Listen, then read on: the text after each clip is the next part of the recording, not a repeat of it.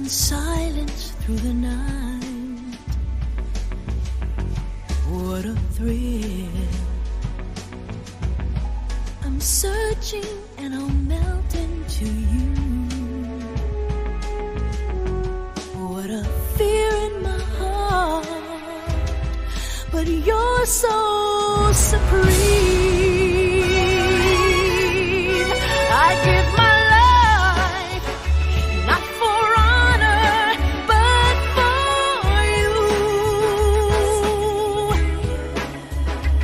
In my time, there'll be no one else. Crime, it's the way I fly to you. I'm still in a dream, snake eater.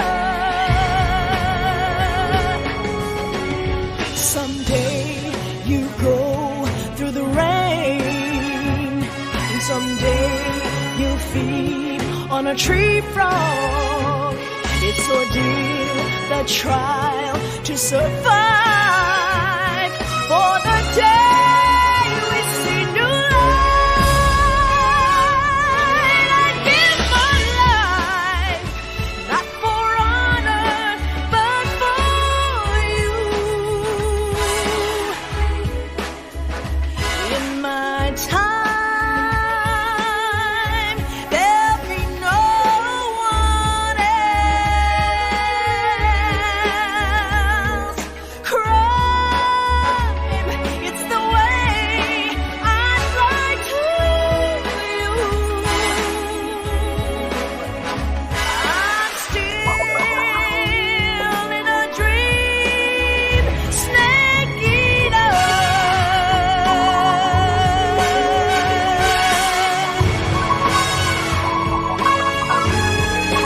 I'm still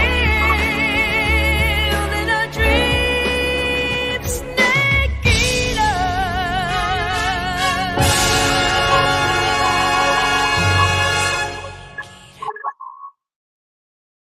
Hello, buenas tardes, or good afternoon if you're not Spanish inclined. um, Hello to my 5 people who are on. I wasn't expecting that much. uh, I'm a little late. I hope nobody gets upset because of that. I had a couple things to do before I got started. I was hoping to get them done before I got started, but came in, tried to take care of them quickly, and didn't get started. So here we are. Um, yeah, so I had an interesting conversation with a guy named Edward Jam on Tiffany Wears T-shirts panel. I think it was yesterday in the morning, and I was hoping to continue that with him. I don't know if he's still up or if he's still around. I know Tiffany's not going to be able to show up. She sent me an email. That's what I was checking out before I got over here. She says she will not make it. Some work scheduling stuff or whatever. It's fine.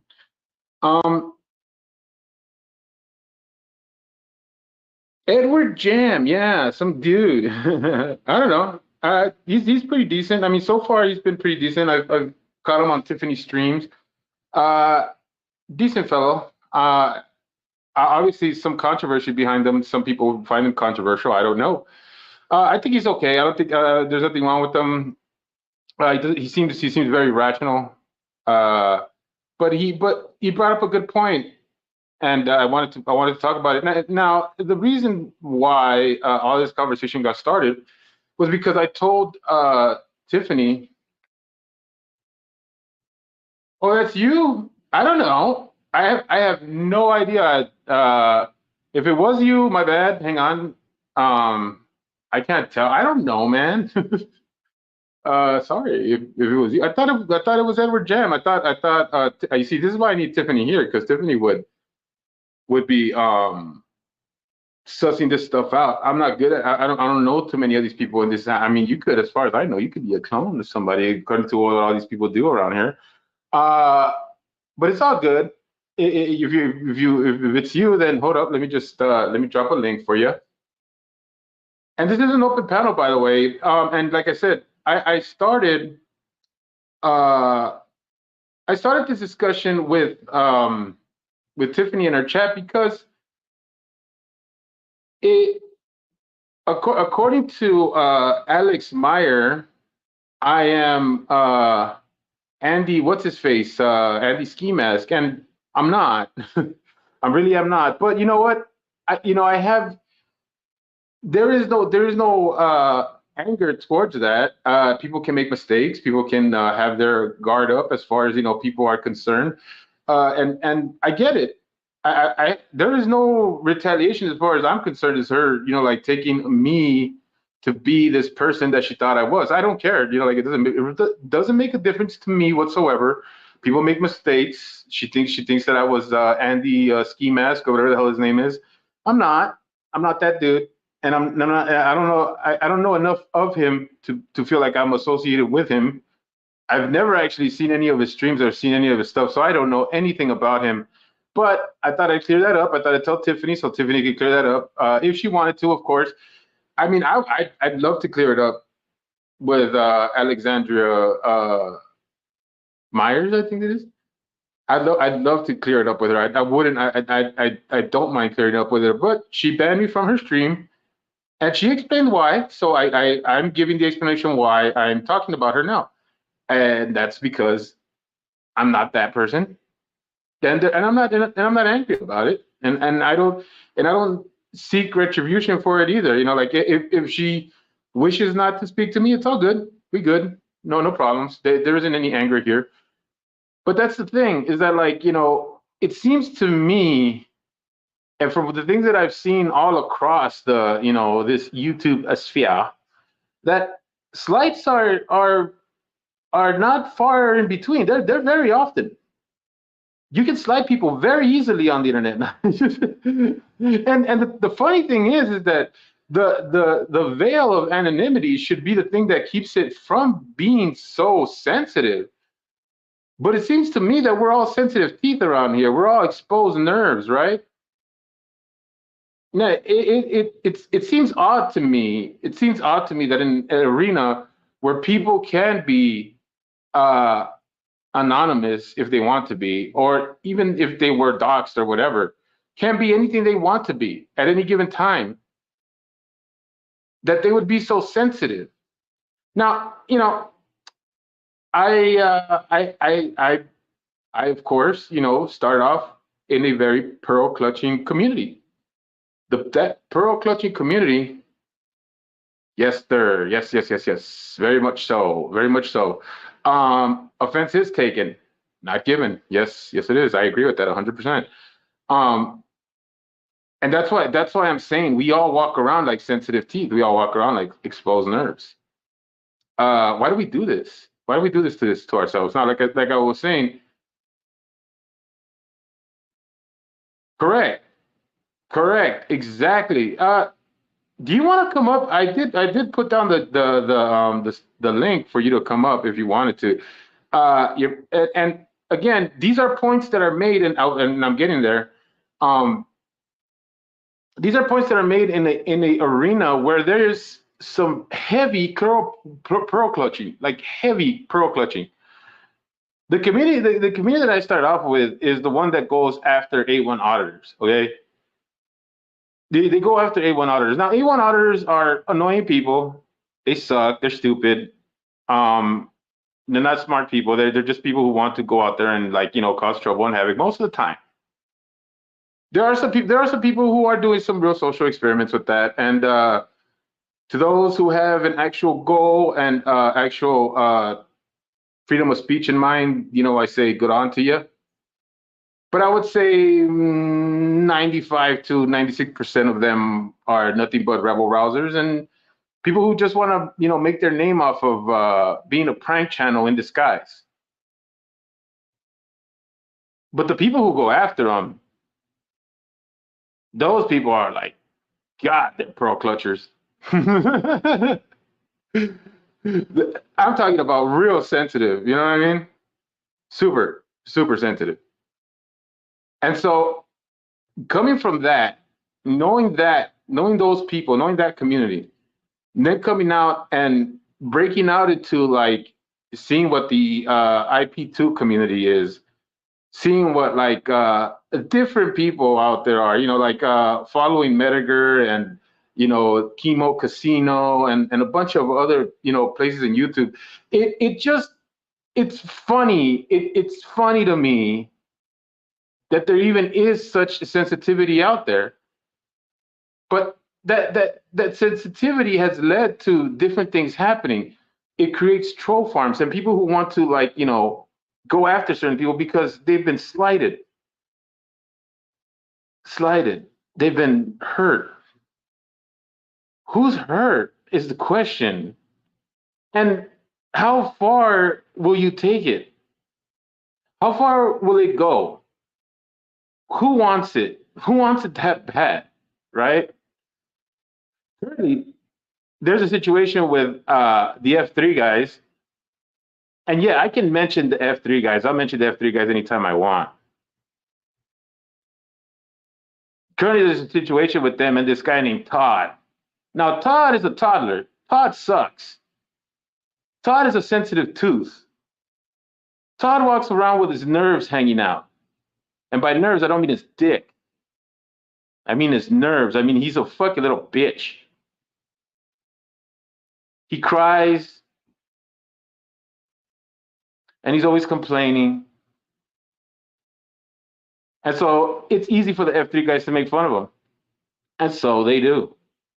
Now, who is F3? F3 is a bunch of military veterans who have gotten together to go after this guy named Michael Kaiser, who's a terrible person. Terrible. Murder burglar. Have you heard of him?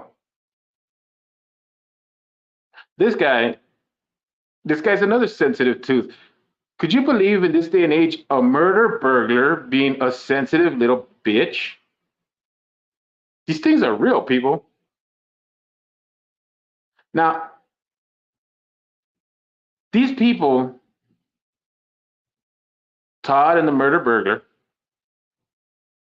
they believe that people like F3 are slighting them because they're going after them and attacking them. Now, I say, what is an attack? What is an attack? Is it criticism of what you do? Is an attack criticism? Is a attack speaking on things that are involved with you? What is an attack exactly on the internet?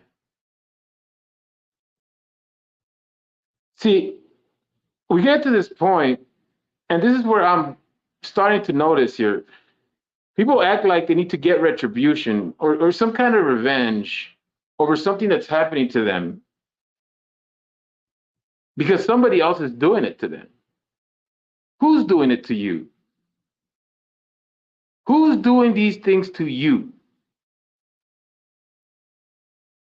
What kind of people are doing this to you?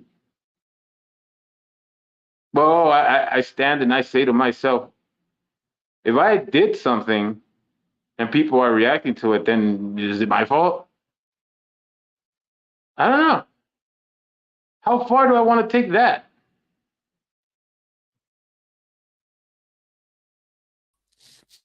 Yeah, Hello, sir. hello. I was talking to you yesterday on Tiffany's stream. Okay, so you're not Edward Jam? Am I confusing that? Am No, I no, no. am I wrong about that? Edward Jam is somebody from one South American country who moved to Canada, and I'm British. No. Like if I'm sorry if I confused that. I apologize. I for some reason I got the idea that you were him. No. Edward Jam's living in Canada. He is from Guyana. Ah, so forgive me. I'll have to fix my description, but yeah. Uh, if anybody thought that I was bringing in Edward Jam, I thought I was bringing in Edward Jam. I was wrong. So forgive me if there's It's all anybody right. here who was expecting Edward Jam. That was my fault. But this is Matt Jim, and we were having that discussion yesterday. And so, like I said, I'm bringing up all these different topics and things like that to because I want to understand. See, I don't. I'm really like I'm coming from a place where I've seen real violence, and like people like the guys from F3. Um, Although I don't necessarily know how much they want to associate with me anymore. uh, like they are people who have seen real violence, and so when when I have those feelings of like anger where you want to get what you feel is retribution or you feel like you need to seek revenge, it it goes through a filter of actual like harm or actually like where there's people who have actually bled or died over anger or moments of fleeting you know passion, not anything that is going to last longer than a day or anything like that. So I always wonder to myself, like, why is it that these grudges happen on the internet where people who barely know each other, who who don't really get a chance to get to know each other, just fall under these things where they want to say, like, I want to go after this person because such and such did this, and it's like, what exactly did they do? Did they criticize you? Did they do what? Like, what is it? What is it that makes it, so that you want to get retribution on that person? Um, do you really want my response to that? I think personally, what's this thing where it's first world issues? My phone is broken. I dropped it. It's got a cracked screen. Oh, boo-hoo, it's first world issues. I think a lot of these people are occupying their time and their mentality doing this because if people were fighting for survival or farming the land or thinking of the coming winter or constantly occupying themselves with their survival and their future, they wouldn't have time to waste on such trivialities of dealing with people that they've never met, that are quite possibly in other countries, other states, miles away, that they'll never ever see. That's I just my see. No, and that's a good point. Again, I'm looking. I'm looking to put people to start looking into the mirror here because like you know I'm a little bit exhausted with people using words like attack and oh, I'm coming after you and we're going to war. I mean, sure, I understand the like in one context you're using it, but I feel like I feel like that you're not. You know what I mean? Like you're being hyperbolic on purpose because you want it to be that big. You need it to be that big. You know what I'm saying? And and I want like I really want the people who think that they're doing something like special by saying I'm going to war to really stop and think about what you're doing because you're not really going to war. You're not really doing anything. You're sitting there and you're screaming and yelling at the top of your lungs about what? About what? About some dude who decided to talk shit about you? Like it's like okay, like if you want to like talk shit back, talk shit back, make your criticisms whatever.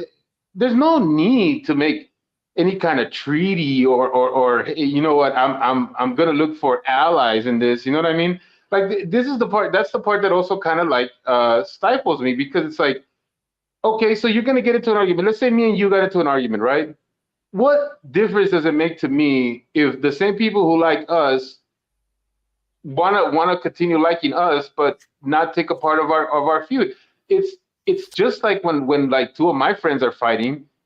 I'm not going to sit there and say, one. If I know one is morally, objectively more right than the other, I'll exclaim who is. But I'm not going to lose my friendship over the other person because they're fighting with one person. Now, I will stand to judge the person for how they're dealing with it, maybe, hey, if this person is being a gossip or something like that, then I'll stop and think, maybe this is not this.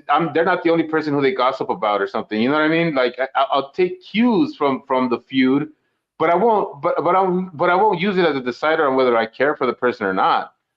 Uh, how do you feel about that? I guess where I live, it's a small place, and there'll be a lot of people saying a lot of things about me that I'll never ever get to hear. Now it's the same principle as does a tree when a tree falls in the woods and there's nobody around to hear it, is there any sound, you know? Meaning, does it really matter? There's a lot said about me personally between people. It's just gossip and it's shite. But if I'm just carrying on in my life and never hearing it, then it's never going to have any kind of effect, really, is it? So it's none of my concern. Gossip's an intrinsic part of society, and I guess this what we're experiencing on the internet is bringing something that's very small to an international sort of level. You're just seeing what happens on the street corner, gang life, whatever, on the corner, and it's happening on the internet. It's international. It's broadcast.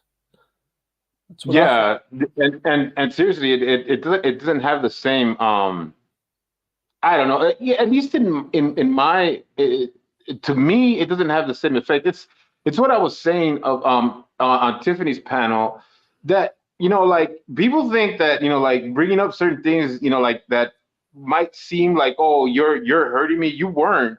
You were only No, helping me distract myself in those moments because in real life I've had real danger in front of me, and so like it's like that what you're trying to take away from me. I don't know what that is when you do those things. I don't know what it is when you say something that you think is going to be hurtful towards me. I don't know what you're trying to take away. I don't know what you're seeking. And this is why I called my stream about revenge. It's like, what exactly are you seeking when you do these things? When you come up here, when you troll incessantly, there are no, some people who like to see the world burn, and I'll give credence to that. That there's people who are out there who are just going to be rabble rousers, who just want to have fun and disrupt things, and that's the way they work. And I'll give them that. I'll give that small group that flag. But for everybody else, it's like I know that they're seeking something, some kind of validation, something that makes them yeah, feel good when they do that. it's recognition. It's just if a child screams or a bird squawks, you ask if it's hungry. It's not hungry. Is it thirsty? It's not hungry. It's not thirsty. Is it hurt? It's not hurt. But the actual fact that you've gone and tended to it is the only thing that it ever wants. It wants the eyes. It wants like on it. It wants talked to. It wants patted on the head. It just wants somebody to take notice. Now, I think a lot of these people are possibly just screaming for attention. Perhaps it's something they've never had. Perhaps it makes them feel big. Just, it's like I'm important because a lot of people are either taking notice of me in some sort of fashion. And I think a lot of these people are using like climbing for moral higher ground or something like that, or ways to belittle people to make Is to make there is there a point where somebody can reach a higher ground where there's no way of reaching them? Is that you think something that people strive for, where it's like I'm gonna reach this point of moral superiority, and once I get to this point, then I'm untouchable. I don't think it's I think they want sort of like what's the best way? They want to rule over people. If you know what I mean, I don't think it's they want to be out of touch. They just want to be more important, like your boss or your ruler, your emperor, whatever small gains it can get to seem better than you. Everybody strives. It's like the best sneakers, the best gear. You know what I mean? It's all just being better than the next person. That's all it is, isn't it? It's in every aspect But of our life. I think to some aspect, yeah, that's true when it comes to people, like coveting thy neighbor's, wife. You get Yeah, what I'm saying? It's like there is an aspect to that where like, hey, I want to be better than in certain aspects, but I wonder, for somebody who does it with a moral high ground, like your conscience has to be wrecking you if your thought that everything that you do in the sense of morality is for having some sort of high ground, right? I mean, you can't. You're my thought is like, okay, and when I see things like doing good, right? Like, say I want to do something good for somebody, I want to give something to somebody, whatever, right?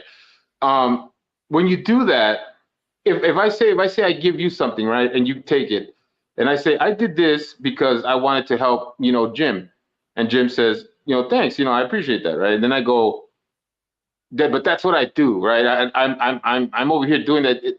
I kind of ruin the effect of my gift or the things that I give by like using it as a, this is what I look at, everybody, look at what I did, right? yeah. And I wonder to some degree if people kind of hurt themselves when they try to like push themselves to have some sort of moral high ground and to be on top of the moral high ground when you act like you can't be touched, or you can't, or you don't have, or you won't humble yourself to say, like, I'm also capable of making mistakes.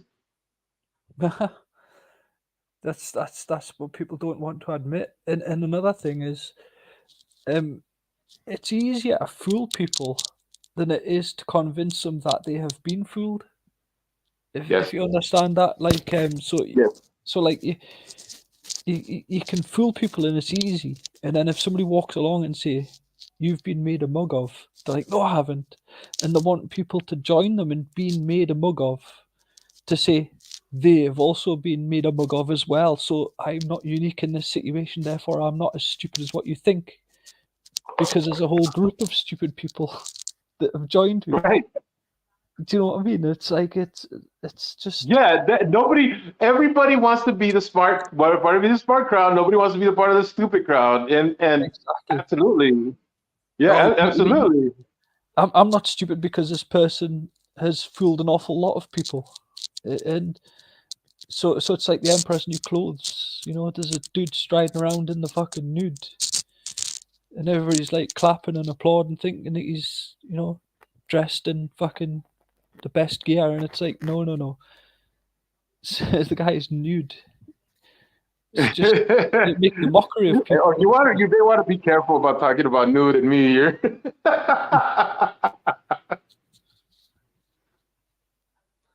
But yeah, man, no, I absolutely get what you're saying, though. And you're right. You're right, and that's how I feel about it. That's exactly how I feel about it. And in many words, that's how I try to put it to people. Like, I've tried to let people understand that, what, I'm I don't like, like, I see myself as someone who's trying to understand, and not someone who does understand, because I constantly want to know. Like, I'm not. Like, from every position that I take, whether it be, like, some place where people agree with me or don't agree with me, it comes from a place of not knowing. So if I want to know, then I'll put it out there so that people can teach, like, and if they don't have anything new to give, it's probably because, like, I've entered a space where that knowledge is on our same plane. It doesn't mean that I'm better than those people or smarter than those people. It just means that we've reached the level that we can't help each other in learning more. Um, if you understand what I'm saying with that. My view of that is, if like, let's say that I'm a very, very clever individual, a clever person, and somehow I've drank from a fountain of knowledge that has endowed me with, like, the answers to world peace and solving famine and shit like that. Now, it's useful to me, but it's only useful to other people who want to listen to the solution to the problem I'm offering. So we could have very, very clever people. There could be a handful of people on this earth that could solve an awful lot of problems very, very quickly. But it relies on the cooperation of the fucking majority of people And unfortunately, the majority of people are fucking ignorant and don't want to hear the answers. So until these ignorant people pay attention to the people who potentially have answers, the right answers, not the wrong answers. And that's another thing. We don't know whether these people are offering the right answers or not. It's just you're relying on their word and you go along with it. So, there's all these avenues to explore. But you're only as a crowd's only as clever as the smartest person within the crowd. IQ doesn't accumulate or stack in a crowd, if you know what I mean. It's like It would you're be only as nice. Yeah, I get what you're saying. Yeah, that you don't get points for crowd IQ. It's only the individual IQ that gets the points. I get that. Um, so yeah. And this is now to drive the point with the subject of my live stream here, which is revenge. Okay, because and again, it seems to me that like when things are peaceful, and then when I mean peaceful, I mean nobody's talking about anybody. And if they are, it's a very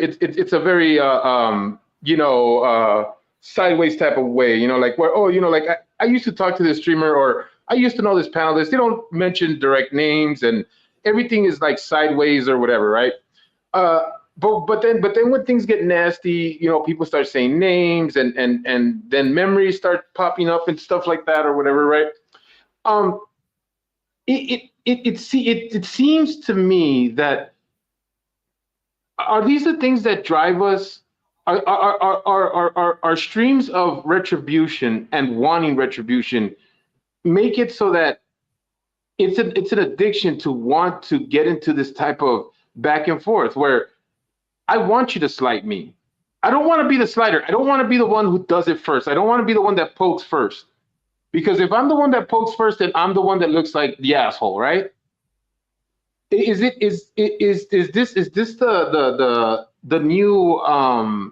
the new way of the world? The new is this the new WWE? If you get what I'm saying with that, like, I don't think this is anything new personally. I think this is just small man, town politics broadcast over the internet. there you go. So like I've been, and I agree. I agree with you, because I've always thought that this was kind of like Jerry Springer. And it's funny because, like, my criticism of Shannon's stream was that the reason, and it wasn't even a criticism. The reason why I said that I was drawn to it, or I liked watching it, was that it reminded me of Jerry Springer. It reminded me of those shows, of those midday afternoon shows that were all full of salacious, talk, and people arguing and getting into fights, and like I was comparable to the crowd going Jerry, Jerry, because I really I never really wanted to be a part of the actual drama itself.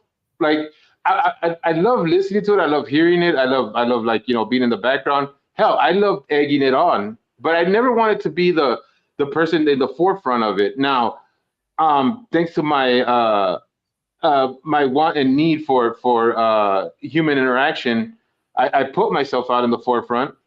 Not in any kind of way that I would have liked, but there it is. Whatever, it happened. So I say to myself, like, these things are they things that are there are things that are created by the internet, or is this just a byproduct of our technology that we're already used to doing, and are we going to continue to do this no matter where our technology takes us? People used to wrap notes around stones and throw them through people's windows. People say, my window's bust. I've got this rock on the floor, this paper around it, and then they used to unwrap the paper, and there'd be a note saying, "You're an absolute fucking bastard" on it, or something like that. This is real. So it's like this is just the electric equivalent of throwing stones or a brick through somebody's window with a bit of paper wrapped around it.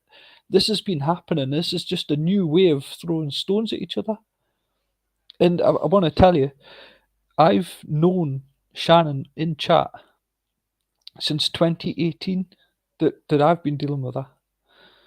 And it sounds to me like you're a man who enjoys the circus. You know, he enjoys features like the clowns, the lion tamer, and the hall of mirrors and all that. And you've bought a lot of tickets to go see the circus. The circus is here. The circus is here. You've travelled to see the circus, and then Yeah. you've got bored. The circus has become not entertaining. You've seen it all. You've seen the freak show. You've seen the strong man, the Hall of Mirrors. You've even had your fucking palm read, and now you're Right. bored. You're absolutely bored of it. You don't want any more tickets to the circus. So you think, I know what's the next move. I want to join the fucking circus. I want to participate in the fucking center, you know. And then, you find, oh, wait a minute. Look at me. I've become part of the freak show. Instead of, it's like going to the zoo. You keep going to the zoo. Look at the animals. Look at the animals. And then eventually you get bored of looking at the animals, and then maybe as you find yourself in a cage, you become part of the attraction. That's the risk that you take here. Yeah, thank you. That's, you know what? I couldn't have put it better myself. And I really couldn't have. I really appreciate the way you said that. That was very articulate and very smart. That's exactly what I think is happening to me when it comes to this internet experience. Um, and it proves to the moniker that I'm starting to take, which is the snake eater. Look, people for everybody to understand something real quick. My life has been through a lot of shit. It's been through a lot of shit lately, and and the only thing that I have is this escape, and really this is the only escape that I have, because it's not like I don't have many forms of entertainment, like when things were better for me, when I could escape into a game, when I could escape into like a PC game and things like that. It's just not the same. The only escape I have is this live streaming stuff and going into YouTube. So it's real that yes, I'm becoming a part of the circus, very much so. And so when I first came on, I was me. I was me. I was Jerry. I was the guy who you would meet behind the actual screen. And then you develop And the I- character. yeah, and the thing is that, like, the Unforgiving Yeri, that's my channel name. That's the name of my channel. That's not the character that I am here. That's not who I am here. Because Unforgiving Yeri, you come and see the channel. That's what my channel is, because that's where I started from. But I believe after, like, so much time and dealing with so many people, that for some reason this moniker of the snake eater just like it felt right. And it makes sense, and it's just exactly what you said. It's me becoming a part of the circus. It's like me becoming part of the act. Yes. And that's why I take on that, and I appreciate, like I said, how you said that. It absolutely makes sense to what is becoming of me. And for people to understand, I have never been the type of person that has taken anything that personally here. So with all the people who have decided that, like, oh, we hate your guts, or I'm like, F you, and I don't want to see your channel anymore. You disappoint me, stuff like that. I want y'all to know that that doesn't fall in line with how I feel about all of y'all. Like, I don't. There is no bone of retribution in my body. I don't feel like I need to get revenge on anything or anybody. Why? Because you guys have not hurt me. You It would haven't be a done massive anything to me. it would be a For as massive much mistake, Yuri. It really would be. I can speak to you on that because I've done it. Like I say, I've been with the group of people like JC since about 2018, and Mhm. somebody upset me before I knew any better, really, and I really went after them, and I sorely regret what I'd done. I really do. I stopped myself because what you do is you start drawing other people into your fight, and you start like asking people for like ammunition, like you run out of rocks of your own to throw at them, and then you start asking people to hand you metaphorical rocks to toss. Right, I've run out of stuff. Can I come to you? And then it's like you start looking for allies, and Yeah, all the yeah. little It's water shit, exhausting. It's and exhausting. it's just like it's like you've stepped in something, and now you're walking it around, and it smells bad everywhere. And then, like, I caught myself doing what I was doing, and I'm still. I'm going to tell you something horrible. I'm glad I'd done it. I'm disappointed that people had to get hurt for me to learn a valuable lesson. That's the whole point. I learned something very, very valuable from it. But one of the things that happened for me learning that had to happen was other people had to get hurt. And that's the biggest letdown. They are. If That it was only sucks. me getting That hurt, sucks. Yeah. if I was playing with matches and I burnt myself, it's only me, isn't it? But it's Right. Yeah. Exactly. the hardest lessons that you have to learn is when you hurt other people and then you have to apologize. Oh, I'm awfully sorry what I've done. You have to humble yourself. You have to try and make recompense.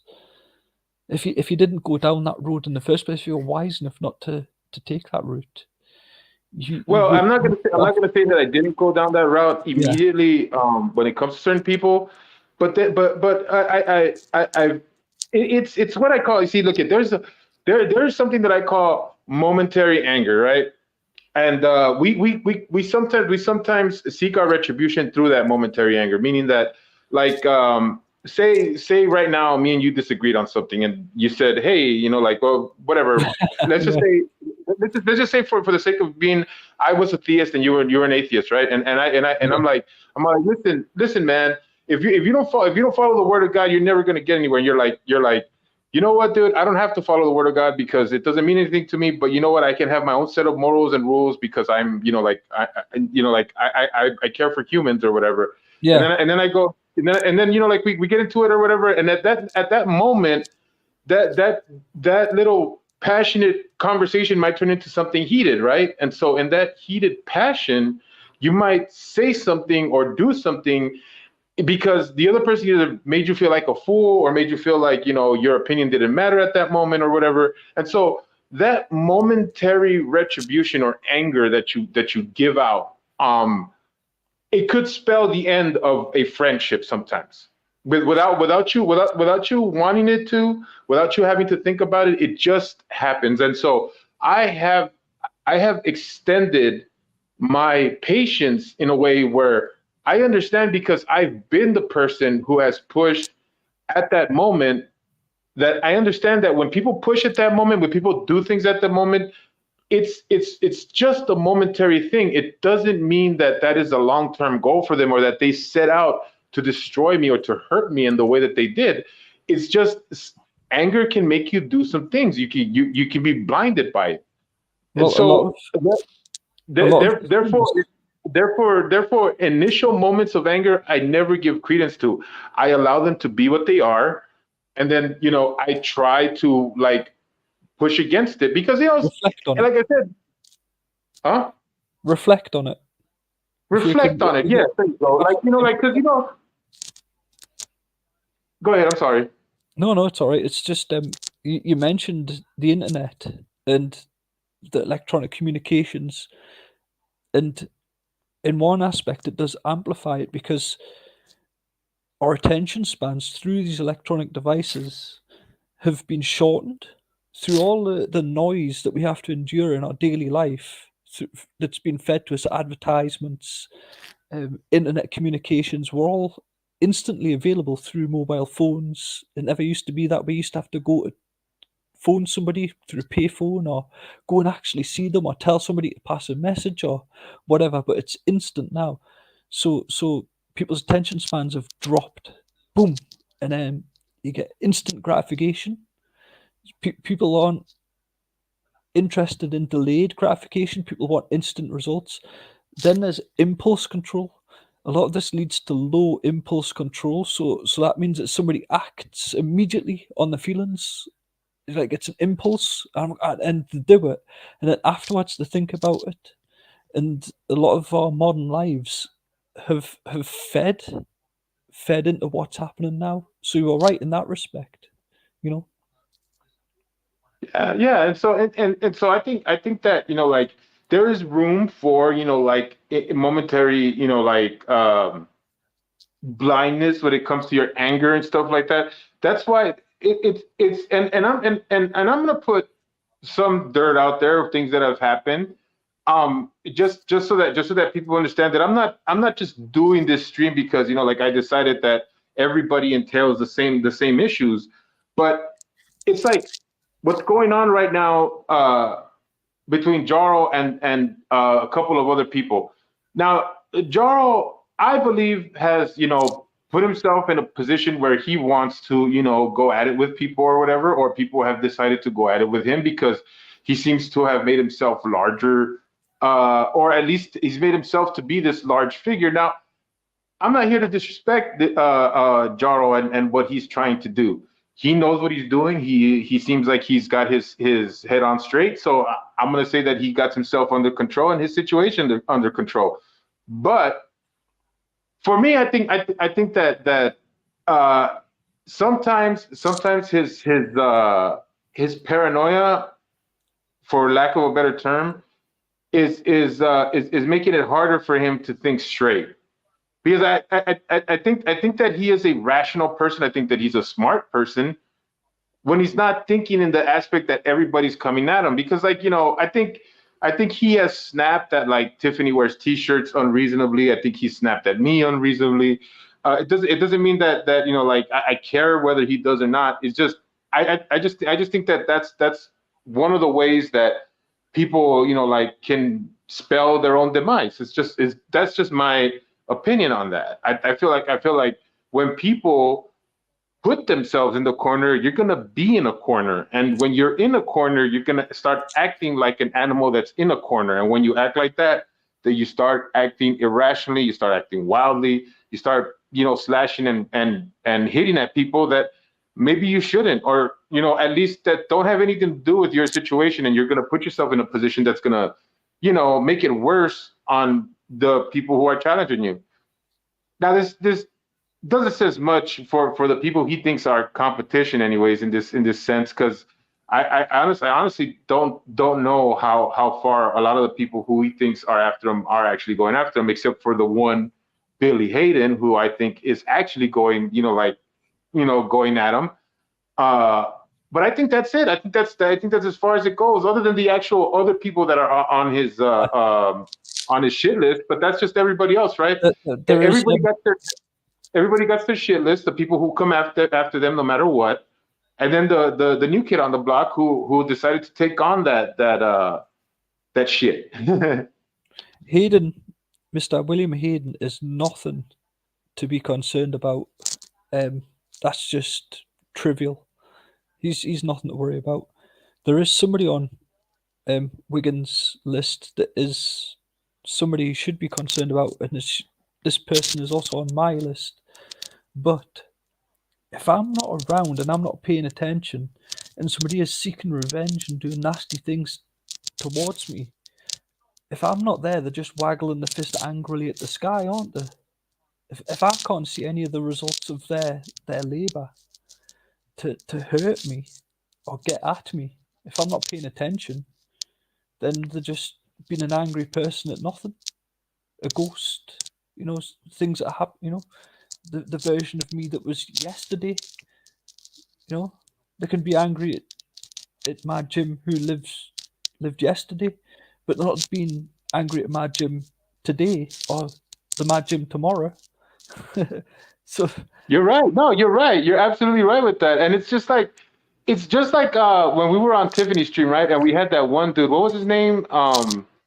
His name escapes me now. But he came on to try to antagonize me. Like he came on and was like, oh, Dutchy, yeah.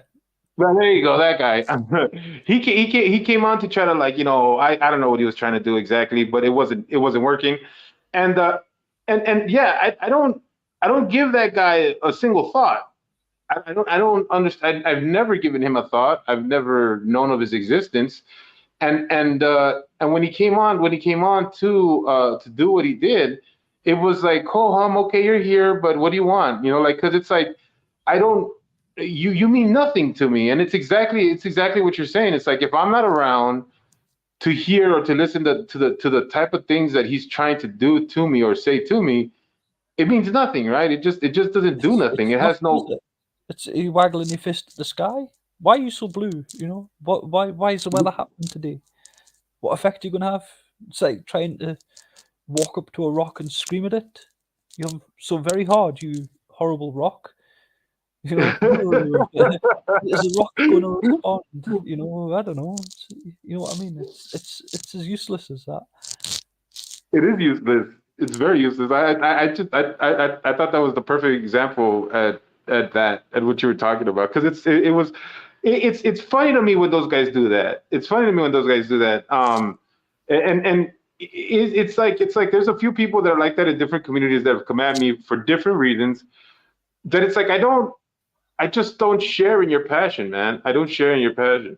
What up, Trunk Monkey? How you doing, buddy? Glad to see out of the 20 people that are that are watching, that one would come and say something. Guys, don't be afraid to join the chat. Again, I'm not the pariah you think I am.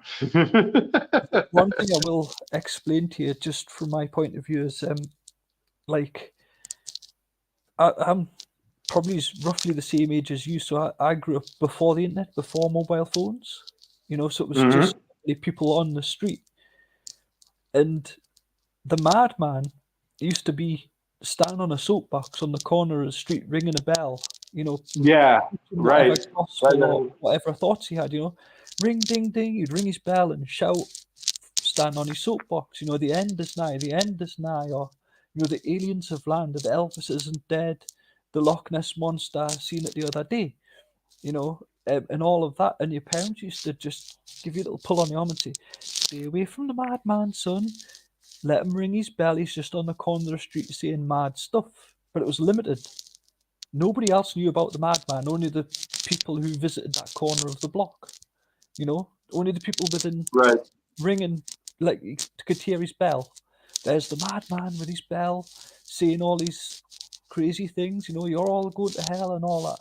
Now, right, you can be a madman on the internet, and these little streams that you're doing now are essentially your soapbox, and you're on the you're not on the corner of the street. You're on the corner of the internet, and Yeah, yeah. your Well, I've bell. I've called this. I've called. I'm sorry if I cut you off, but I absolutely agree. And I've always called this the niche, right? And depending on how deep you want to go into it, I mean, you could be the pocket of a niche. You could be like how some jeans they have that little pocket where you could put like like you could be even that little pocket, like even smaller than that. Like it's just it really just jives with the people that it jives with. Like you really just you're talking to the people who What I was really getting at want to is, be on this corner. like, it was just on the corner of the street. It's passers-by that's hearing this madman's rantings. Now, on the internet, it's international. You're broadcasting, like, the ring of your bell and your words are being broadcast around the world, and it's international passers-by. It's a bigger audience. It's not just the corner of the street. It's the corner of the world. It's the corner of the internet. So you're not, like, if I wanted to be stupid and I was the town idiot, I was the town fool, my stupidity would only be like known within the local distance. He's the fucking idiot. You know, don't ask him something because he'll give you a foolish answer. Don't expect him to do anything because it'll turn to shit.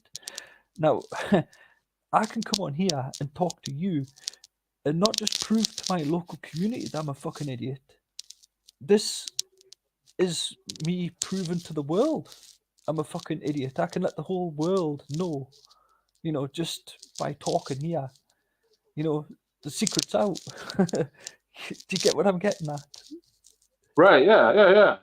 No, Anybody yeah, can listen to exactly. Yeah, no, like, that's exactly. And what I mean is that, like, these pockets in like the different parts of, like, like your soapbox or whatever.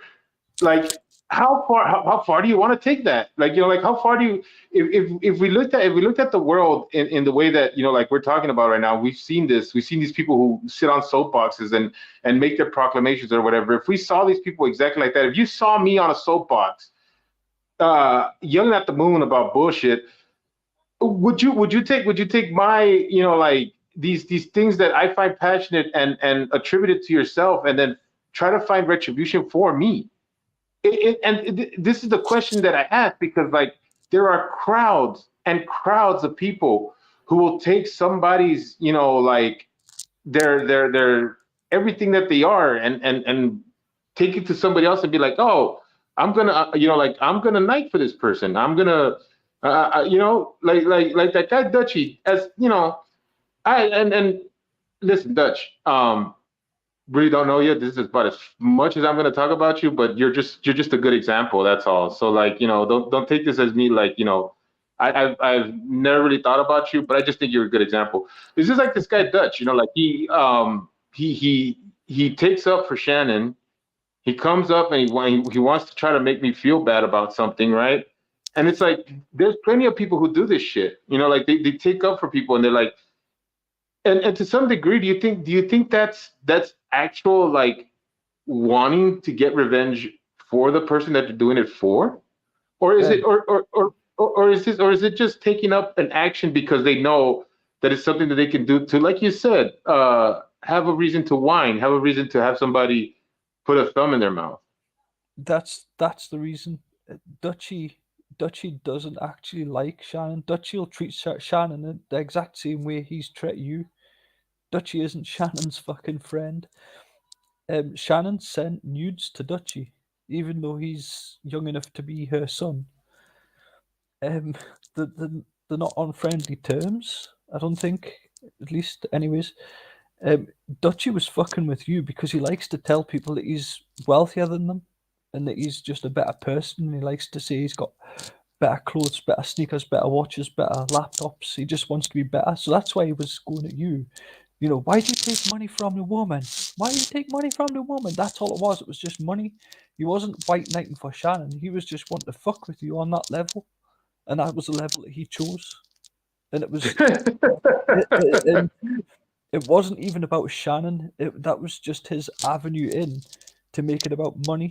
Why you take money from the Right. woman? Did you take money from the woman? Why you take? He does that with everybody, and it's all about, hey, I'm better than you. I have more money. I'm wealthy. That's it. That's it. That's exactly it. So that's a little insight into him, and he drinks an awful lot as well. I think he's going to turn yellow spot.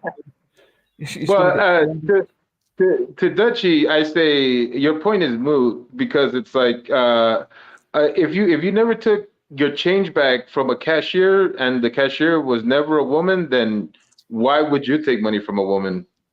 There Yeah, is no reason. There is no reason with you them. You cannot reason with them. Honestly, no, no, no. you can't reason with him. What is he, the No, no, Terminator or fucking Pro? yes, yes, that's the way he acts. That is exactly the way he acts. There is no correct answer. I'm not joking. No, no, uh, no. He's like a fucking machine.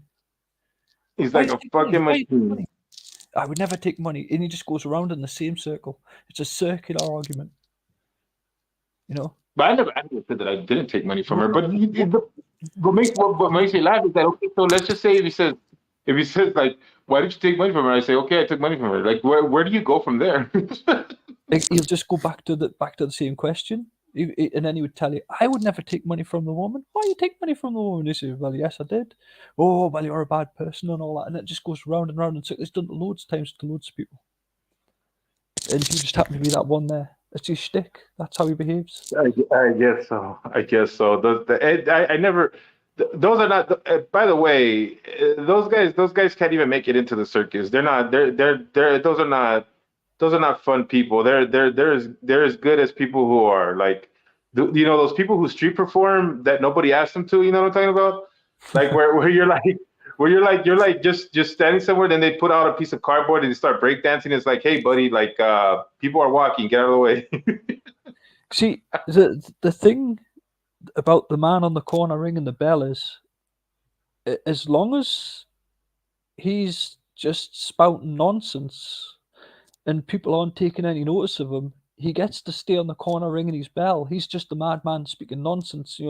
Somebody might just take a leaflet off him, and people laugh at him. He's not feared, if you know what I mean. He's just a madman. Oh, it's just Loony Larry. He's on the corner ringing his bell. Huh, how we doing, Loony Larry?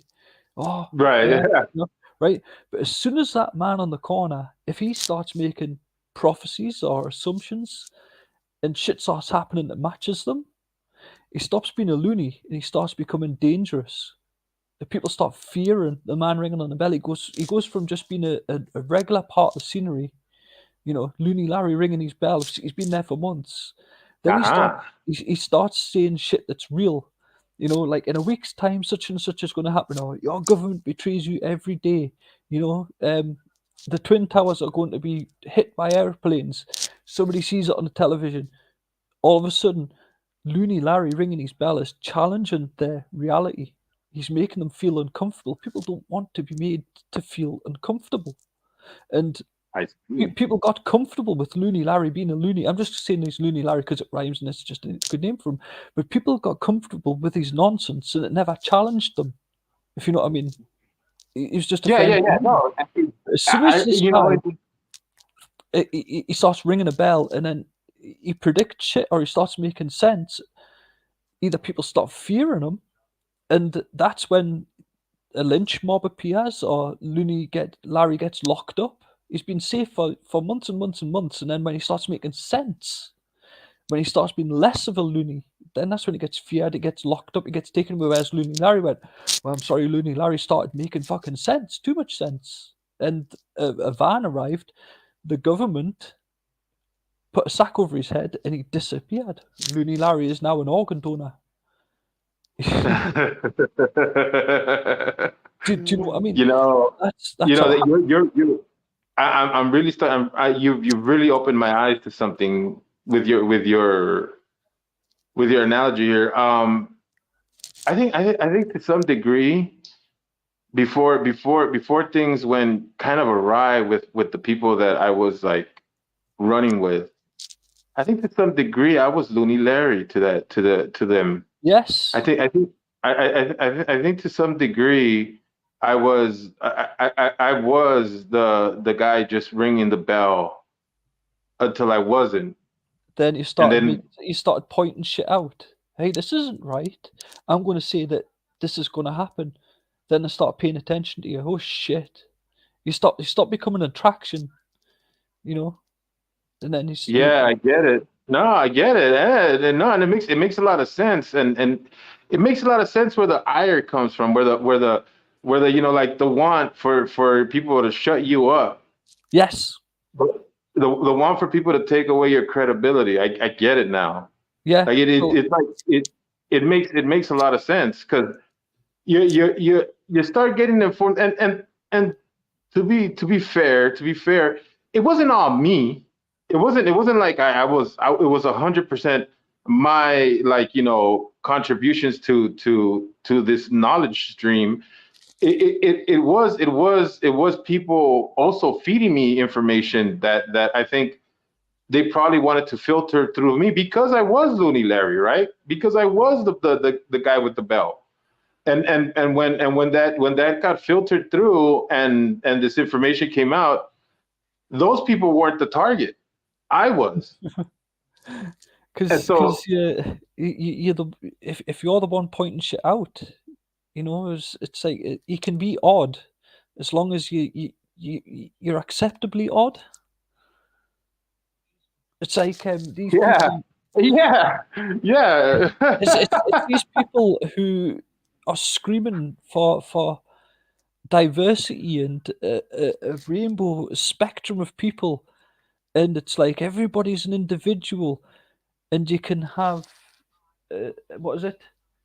Everybody's diverse except in thought. Everybody must think the same. Diversity only counts when it's not what you're thinking. You've all got to think the Yeah, same. But you can have all rainbow coloured hair and you can have piercings and shit. You know, you can fuck whatever hole you want and not a hole in a fence. You know, where it not used to be. It's like I'm now a woodologist. I now fuck holes in fences. You know, and I accept that. As long as you think the same as them, they'll go along with whatever else that you've got. As long as you go Exactly, man. along with the fucking stupid shit, the ideology of the thought. Now these streams are exactly the same. Shannon's the same. She wants disciples. She wants followers. Yeah, she wants people to think like her. She wants And but disciples. yeah, exactly. And the thing is that every single one of those streamers will preach individualism. Will say like, I'm here to take on people who are not the same, but But you everybody must is think the the same. same. Yep. It's all Yeah, skin deep. yeah, You don't think the same as right. me. I thought this was individuality. I thought this was all fucking a representation of everybody's non-conformity, except when it comes to thought. And you're not this. You don't think the same as me, so you're an outside group. So get away. You're not welcome here. It's like we welcome everybody. Everybody's welcome, no matter what you fuck. You can fuck dogs. You can fuck cats. You can fuck people. You know, come to us.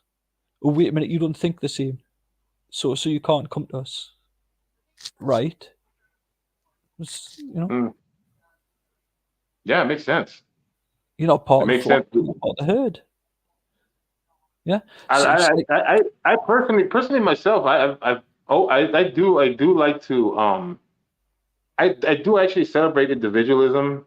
I yes, just I just I just I just understand that an individual or individualism in amongst people, uh there are just some things that'll never jive. Like they're like a pedophile is an individualist himself, but I will never jive with that person, right? no, That's the thing. That's the thing is that like you gotta put when you say individualism and things like that. There's also a groundwork for groupthink, right? For things that we should all like strive to like morally like stand for. So that I think that we should celebrate individualism to the degree that it like we are under the consensus that socially we're under the same contract, if that makes sense. it makes perfect sense. But what's happened now, and this is part of the avenue I was going down, is I think in chat, on the street, in society, this social contract has expired, and all this shit's happening, all this revenge, all this nastiness, all this non-conformity that demands conformity. We're non-conformists. Um, we're non-conformists that demand socialism. Well, socialism is conformity, um, and it's the social contract that keeps society bonded together. You don't harm children. They don't go around kicking dogs because you're a spiteful Right. bastard. That's Yeah. expired. That is absolutely expired, and that's why we're in such a mess. It's the social contract is Thank you, Mux. it's Hey, if wiped you the want back. to replay. I'm sorry. Go ahead. I'm No, sorry. no, I it's have just to say that, my friend. you've got to welcome your guests. I've got to be going soon. It's very very late here. It's like 1:45 in the morning. We're actually on. It's Thursday here. 2 hours into Thursday. But I just Oh wanted well, to dude. Hang on. Before we because you know what, I've I've been given like by other friends of mine, Mystery Substitute Theater, which is still my friend, asshole. If you're still out there, and I know you're listening because you do that and you don't like to appear, but listen, you're still my friend, and I'd love for you to come on stream and have some more talks later. Anyways, um, so he used to afford me a final thought every time we would do a stream together. all And right. I'd like to afford you that as well. I'd like to afford you a final thought because you have been very, yeah, I love your ideals. You've spoken to my non-soul because I don't believe I have one. But like you've given me a lot of like food for thought as far as like the way I see things and the way I express them. because I believe I've had the same ideas. I just don't think I've had the right wording for them. And I think you've really given me the type of vocabulary I need to kind of express them in the right way. But yeah, so I'd like to give you a moment of final thought here, and you go ahead and take it where you want to take it. Because I want you to leave with a good and All right, concise thought. that's So fair enough. just so I'll just do go my ahead. best. Yeah, give yourself whatever amount of time you think you need, and go ahead and let it rip. Well, number one is like I wish I was wiser. You know, it's that song. I wish I was a little bit taller. I wish I was a baller. I wish I had a girlfriend with a phone I would call her. You know, I wish I was all these things. I wish I had the kind of wisdom. You know, but I try not to be as forceful, in my opinion. Maybe rather than having a forceful opinion, instead of having a forceful opinion, have a guiding opinion, and you know, let it flow rather than try and force its way through. You know, and people might it might flow with people rather than force its way through them. If you know what I mean, people might add to it, detract from it, but it's not stationary. It's not like straight as narrow and focused. If you know what I mean, there's a general focus, but it's not too focused. And like, I wish I could be more articulate and, like you say, find the right words, you know, and put them in the right order to get my thoughts across properly, you know, articulate thoughts and pattern of thoughts. But I'm not as bad as Joe Biden, you know, squeaking and humming and stuff like that. But back in the day, before the internet was a thing, people used to make like handmade magazines, like pamphlets. They used to put money in photocopiers in corner shops and photocopy handmade leaflets and staple them together and then go onto the corner of the street and hand them out. And that was how they broadcast their point of view, you know, by handing these leaflets out. You know, that was how they got the information out, and all would be fine. Well, as long as the information that they handed out didn't influence the public in a way that the governing authority thought it was detrimental to them, so they'd be more or less allowed to do it. But like, essentially what would happen is if a paper printed something that went against what the governing authority would do, they would smash the printing press so they couldn't get the word out. If you know what I mean, the word wouldn't be broadcast. It wouldn't be on in type. It wouldn't be in print. So you know, it's taken away people's ability to get their opinion, even if it's a dissenting opinion, to get it out there. And once even the worst opinions and the worst dissenting opinions should be out there, and they should be shot down by the popular opinion. If you know what I mean, they should be aired and like put out in sunlight, and it's disinfected, because the best ideas rise and the worst ideas fall away. If you know what I mean, and it's all down to the public's perception of it. So, but this isn't Well, allowed to that happen. It's artificial. yeah, and I would say that it comes down to what Mountain Man says here. Uh, do unto others as you would have done to you, and I think this is probably the best idea. Um, Mm, if we actually took it to heart and not convoluted it with all kinds of ideologies and you know, different sects of our own, you know, like group mentalities and tribalism and stuff like that, because it if we look at each other as individuals, right, and we think about it, we all want the same thing.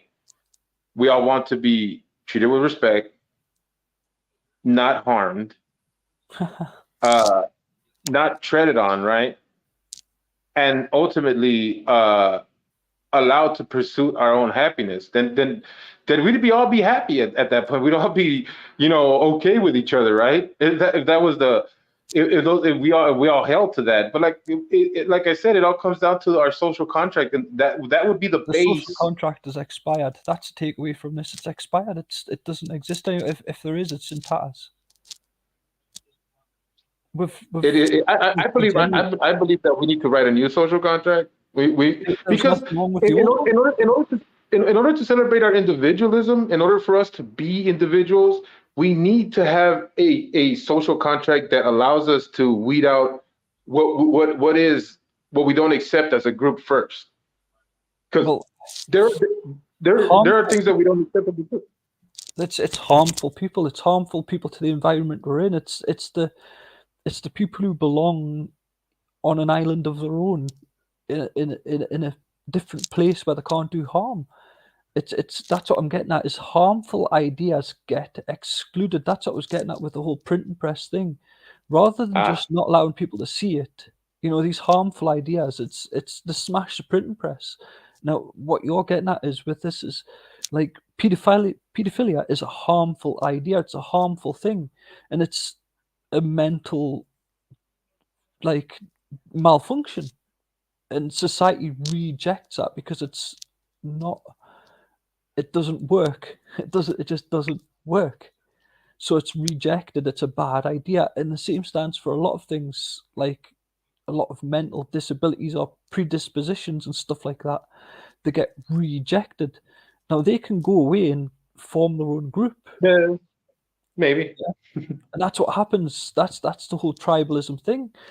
So people go away and they say, well, if I've been rejected, I'm going to go. Birds of a feather flock together. But these bad ideas need aired, and then the bad ideas get excluded from society. If you want a good society, the bad ideas get left behind. They might get tried and then get found out to be a bad idea, but they get discarded, and only the good ideas survive. And Now, I'm hearing you, and I understand what you're saying. Now, Mountain Man, I will say, like introspectively, like that I do want to have a theist, and that's why Tiffany wears t-shirts was invited to this because I did want a theist type of ideals when it comes to this conversation, because I believe in the eyes of people who are religious, especially those in the Christian faith, there's a certain way they look and seek for retribution. So I like it would have been nice to have her opinion, but I thank you I thank you for bringing up these questions. But I would say this question here we should save for another discussion. For because I've always disliked the vitriolic fight between theists and atheists. I've never liked it. I've never really liked how people come at each other, but I understand why. I understand why that had to be the way it was at the time that it was, because at that time, I believe a lot of the people who were becoming atheists, or the people who had the thought of where they wanted to be, were coming from a very vitriolic position, where someone like me, who grew up Jehovah's Witness, and had oh to deal wow, with a lot of had to deal with a lot of tribalism, or not excuse me, the word is escaping me it right is now. basically tribalism. It is whatever it boils down. It doesn't matter whether it's religion or whatever belief. It's all tribalism. Groups of people. Ah, that's one of the questions. That's one of the questions there. What do you see as retribution? What do you see as vengeance? Like The that's same that's what I thing. mean. They're the same thing. It's I just a word that's going to describe the same thing. There's no I difference there. believe in my opinion, it's the same thing. It is the But same thing. It's the same. It's just two words that describe the same thing. that's how I feel about it. But I would think, like I said, I believe religious people or people who have who follow certain religious sects see these as two different words. So I that's this is why the extra person who didn't make it, I think kind of like falters in our conversation here. But I get it. I get it. So I would just like to give you. I've come up with an excellent parting thought for you. Why Go ahead. why does evil exist? People blame evil for everything, their own faults, other people's faults, for bad things that happen, a bad gambling bet, evil. And you say, wouldn't the world be better without evil? And my answer is no, it has to exist. Because I know people who are Jehovah's Witnesses and they told me that they're going to survive, live on in paradise after death. And I says, that sounds like hell. And they looked at me and they says, how can paradise be hell? I says, because everything's done for me. I says, I won't have to lift a finger in paradise. The fruit's always sweet. Nothing's ever bitter. Everything comes to me. You know, you're not going to thrive. So people would become stale, still, lazy, ignorant, without an itch to scratch, without things going wrong and something to strive towards being a better person. If it was all already achieved, if all the work was already done, you would just sit down and do nothing. So there's always got to be something going wrong for to keep you occupied and working towards a better thing. And evil, or whatever you want to describe it, takes that position. Do you understand what I'm saying? I hear you. Hey, welcome, Mountain Man. Hey, how you doing? So Welcome, yeah, buddy. I've really This got is to go. Nice to meet you, Mountain Man. Oh, okay. Nice to meet Well, you. look, I appreciate Mountain Man coming up, and we'll talk right now, Mountain Man. I just want to say, Jim, I'd like for us to come back and maybe, if you have time, maybe you'll listen to Mountain Man speak a little bit right now, and if you can kind of soak in what he's saying, and then we can come back and have a discussion because like I said, I've always wanted to have a nice, back and forth between a theist and an atheist, like like really expound on certain thoughts. Like you said, evil, that's a good one.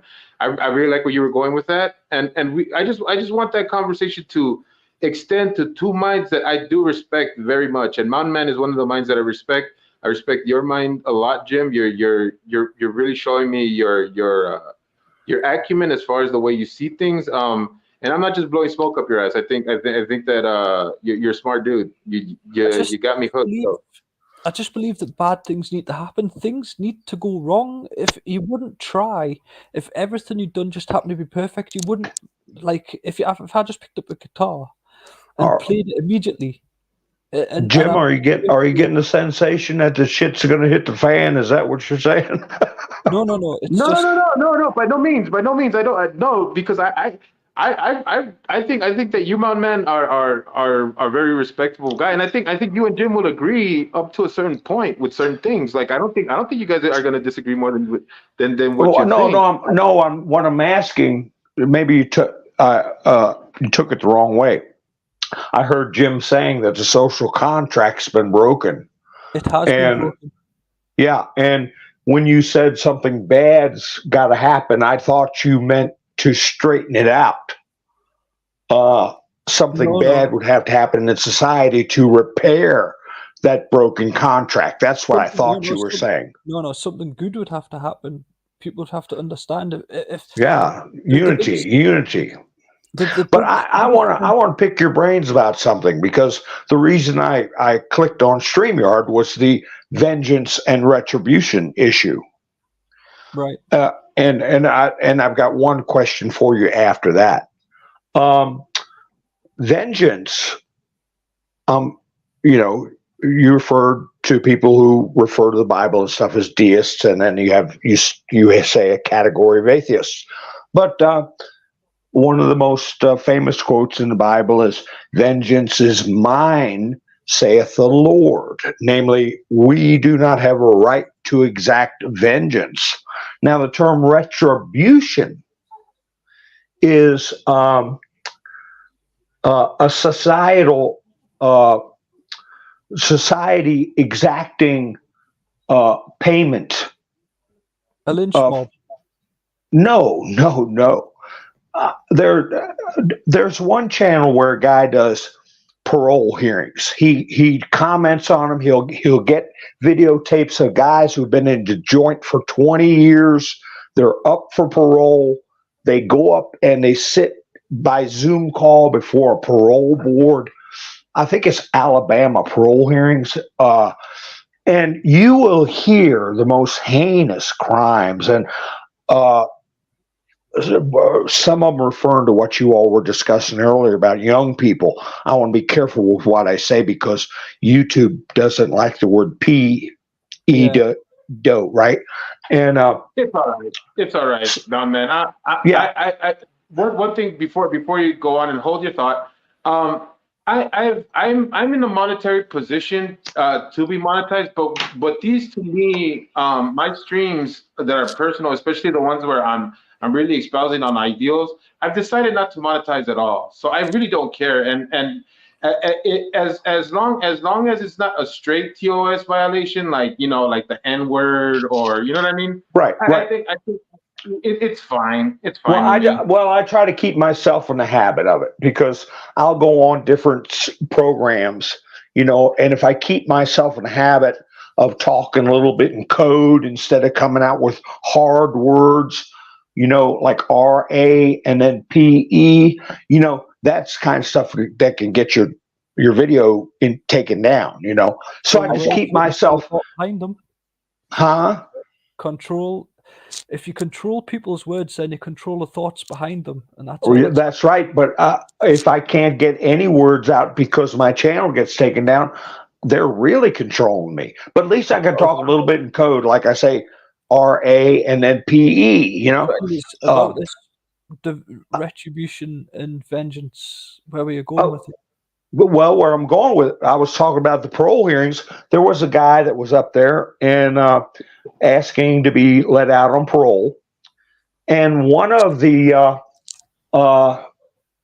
people on the parole board said, for what you've done, society has not received enough retribution, a just amount of retribution. He took someone's life.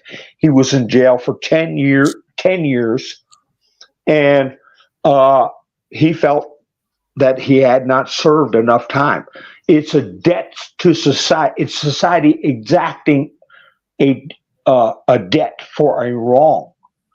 And vengeance is just going to, vengeance would have been, okay, you took somebody's life, MFer, we're coming to take yours. That's a lynching. Retribution is punishment. Vengeance. Vengeance is just whatever's level of somebody's vengeance that they seek is whatever they end up seeking. But I don't see any distinction. You don't see a distinction between a punishment, prescribed punishment, versus a mob dragging somebody out. It's just hold on. Society is a mob, and it's just a mob mentality. Democracies. Hang on. I say this to that because I get what Jim is saying. I hear what you're saying, man. But I get what he's saying. Like where, let's just say the retribution that you say that society is going to put on somebody for doing a crime, right? Is exactly the type of vengeance that someone is seeking. Then that's as far as it goes for that person because that's the vengeance they're looking for. Vengeance, in some degree, is based on your individual feeling. Where I think maybe retribution, the way you see it, is more like a group coming together and saying, you know what, okay, we're going to agree that.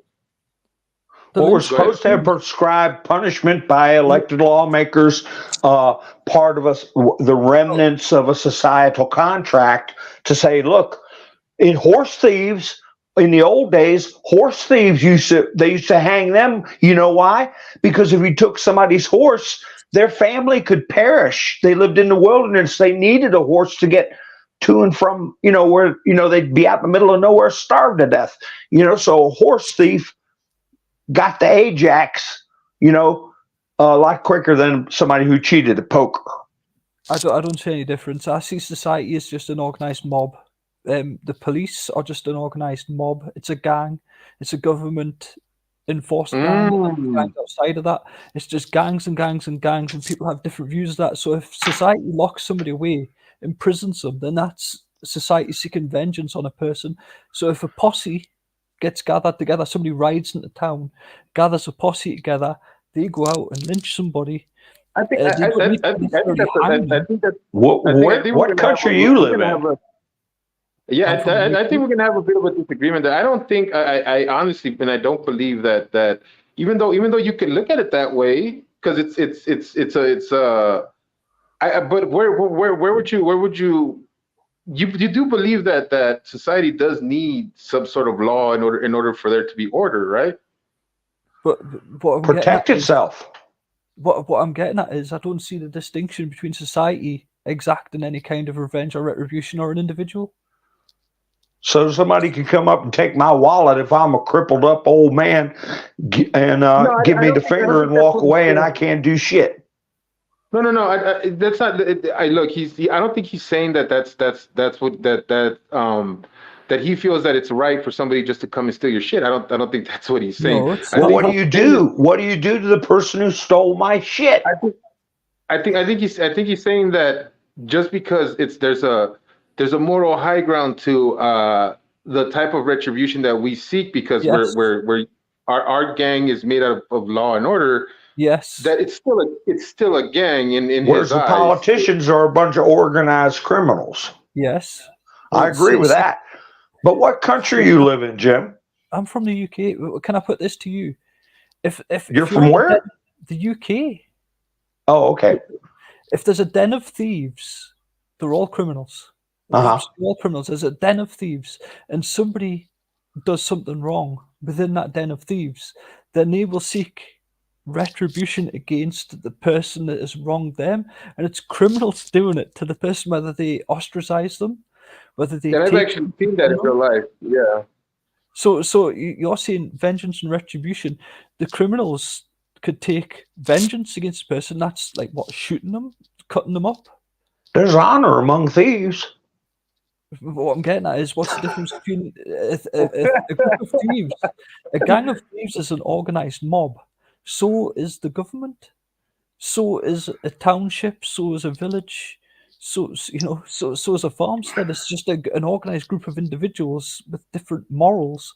But if you break the morals within that group, something's going to happen to you. Well, James Madison famously said about government, if men were angels, we would need no government. And that's what I was getting at before. If there was no... If I have a garden and it's perfect garden, I would never need to tend to it. The fruit would just grow, the vegetables would be fine. But I would have nothing to do. So a garden always needs tended, it always needs nurtured. Because and people enjoy doing it. Needs a fence. Yes. But it also needs somebody to guard the fence. Yeah. In Latin, well, I'm gently, I had a friend from the UK. I had a lot of friends from the UK. How close do you live to Folkestone, Kent? I'm miles away. I'm 300. I'm in Scotland. Oh, okay. I thought you're in the UK. All right. Anyway, I had a friend who came to the U.S. and he wanted to get into a business deal with me because something about a visa. If he had a share of a corporation, a part of a stake in land or something, he could have an extended visa, And so he was looking at a property I had. He wanted to be a partner. And this was, oh my gosh, at least 10 years ago. And I gently expressed that the UK was losing their culture because of the immigration issue. Yes. and he got mad at me. And I don't know a whole lot about UK politics. I don't.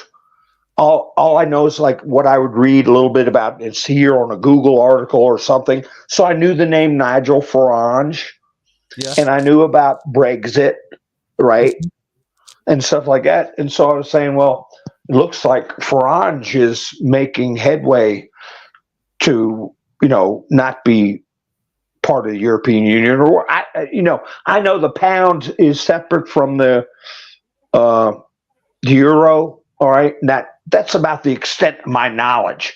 But I was just trying to learn. But me even mentioning Farage's name, me even mentioning that there was what I perceived to be a diminution of culture in the UK made him very upset, and he never spoke to me after that conversation. That goes back to what I mentioned to Yuri here. He can fool somebody easier than you can convince them that they've been fooled, and I think he falls into that group. He got and such a nice man. We've met so many times before and laughed and joked and carried on. And afterwards, this was before Trump came in, Biden was president. Trump didn't even come down the escalator. This was this kind of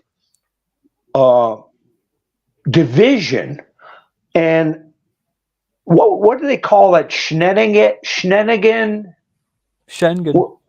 Yeah, where people could go across borders with, and then they stopped the Schengen or whatever. And there was a guy that was renting a boat slip for me. I had a marina with almost 100 slips, 99 slips in a restaurant and stuff. And this guy had a sailboat. And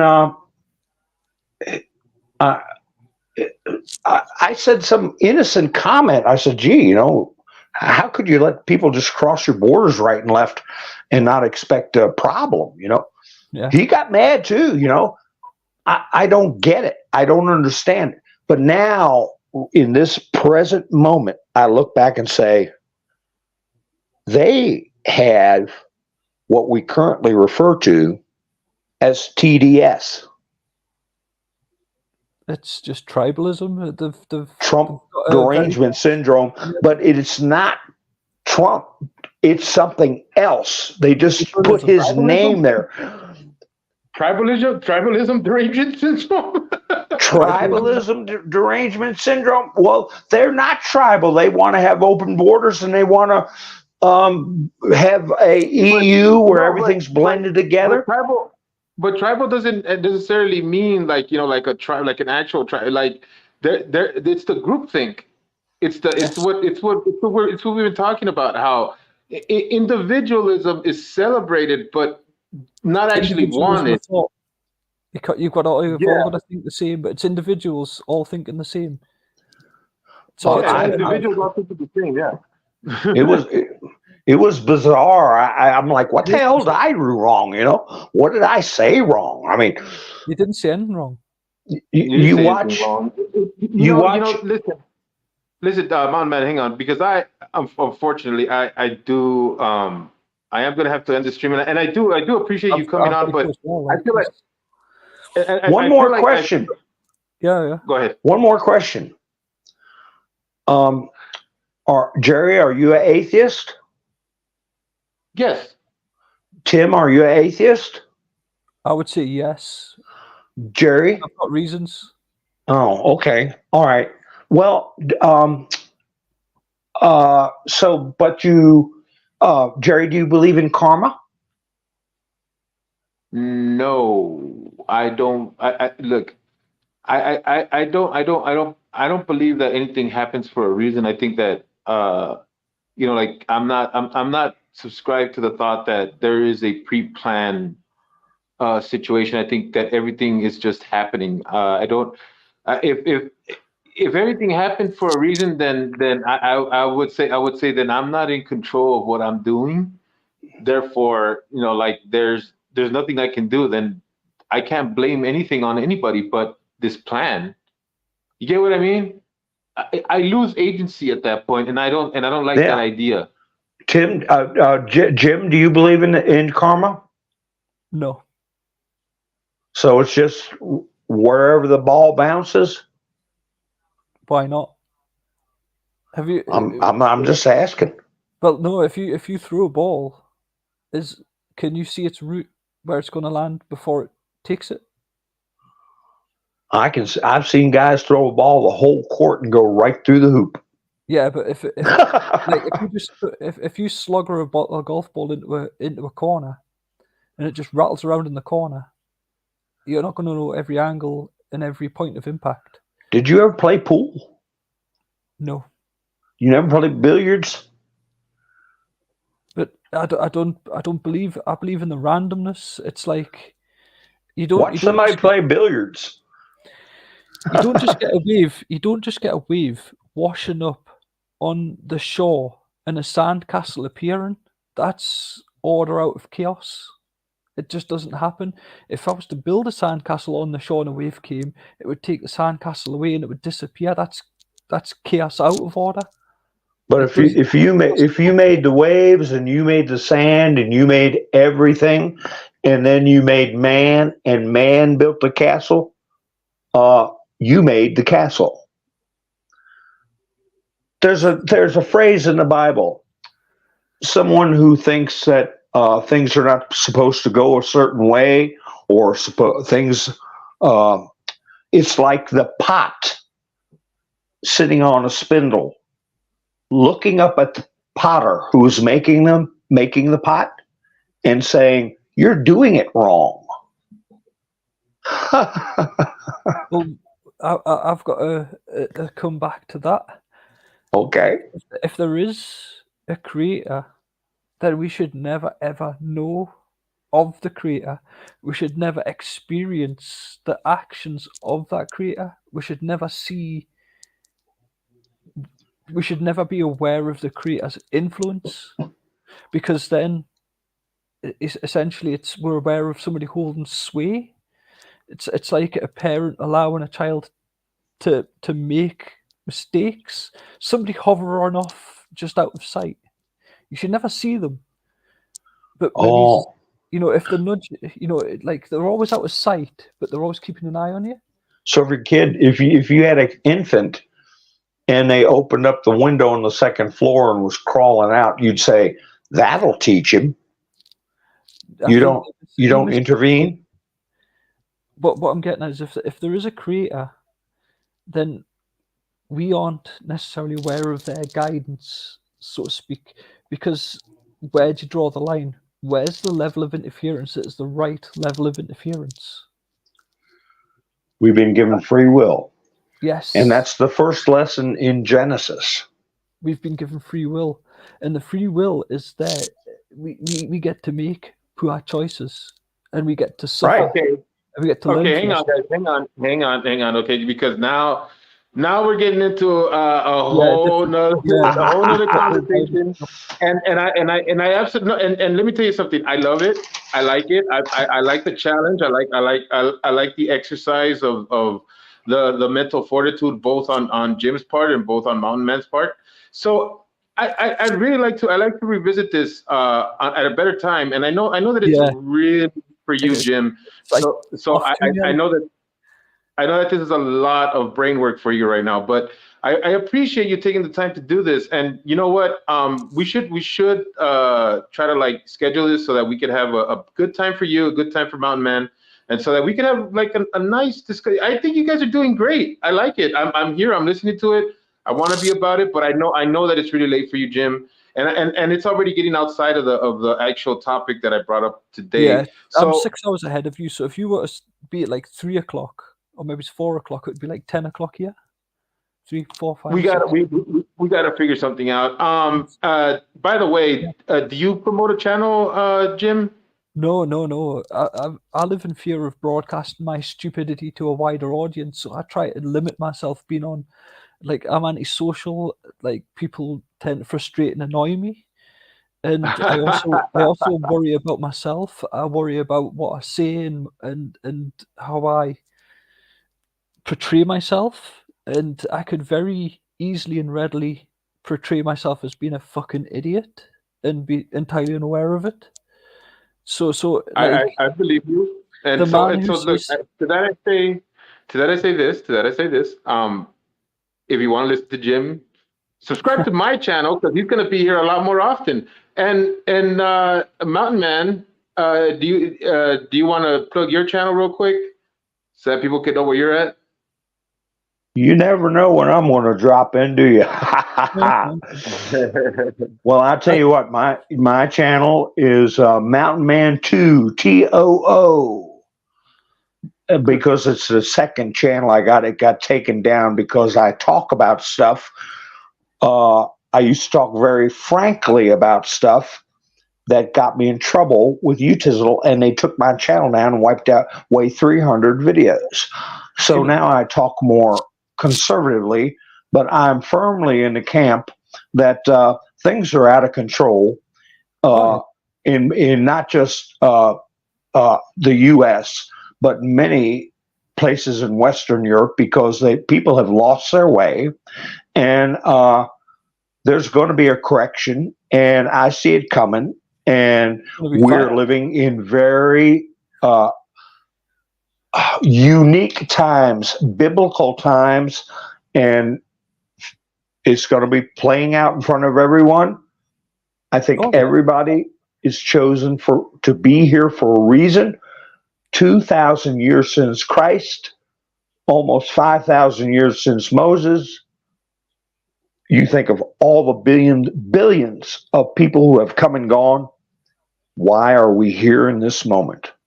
Well, mine is not to ask why. Mine is not to reason why. Anyways, I've really got to go. My parting shot is, quite often the smartest man in the room is the one who said nothing.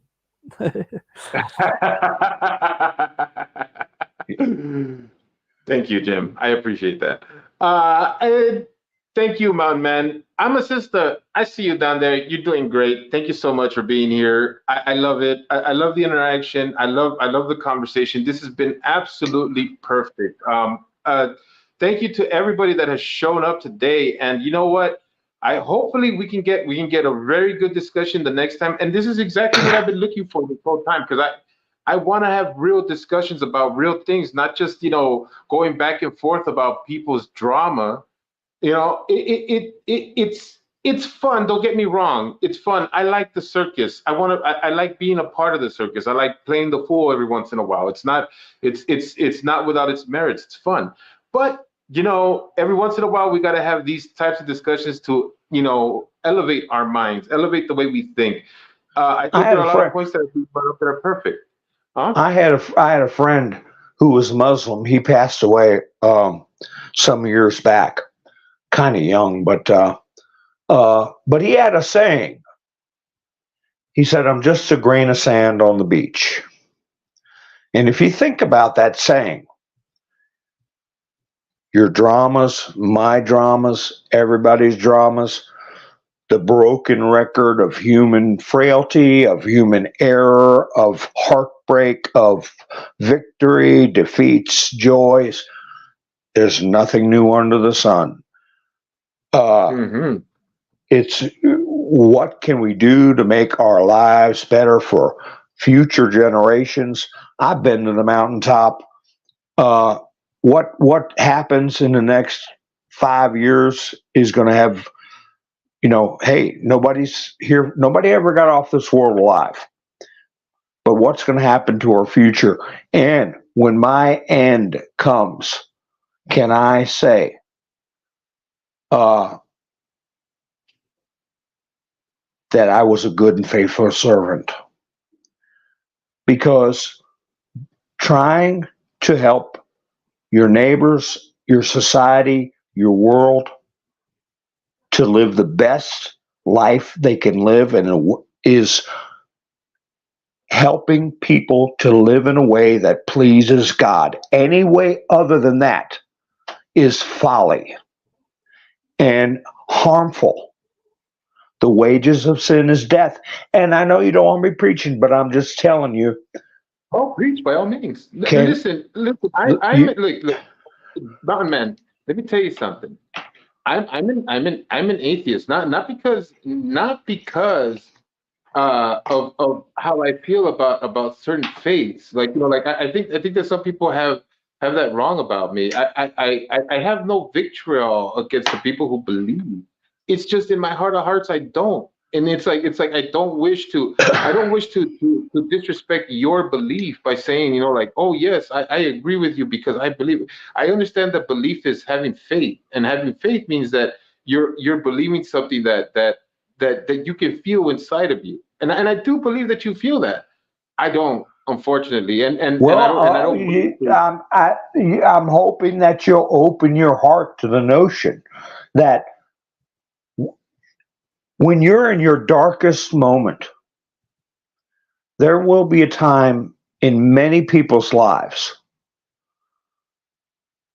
It'll be like looking down a dark staircase, and there's a beam of light on the next step down.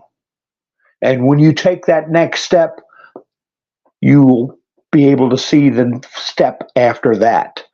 That is something I read from helping people cope with terminal illness. You'll get to a point in your life where the next step is really all you can see. And you may face that sometime in your life. But if you open your heart and realize you're never alone, that there is a God. Our lives are miracles. There are tiny miracles going around you every second of your day. Just go out and look in the grass at these little miracles, bugs, ant, or grasshopper. Wondrous, wondrous life that we live. And someday it's going to come to an end. You live once and you're a long time dead. And when you were talking about adults abusing little ones, right? Uh, there's nothing more heinous. And Christ said it would be better for them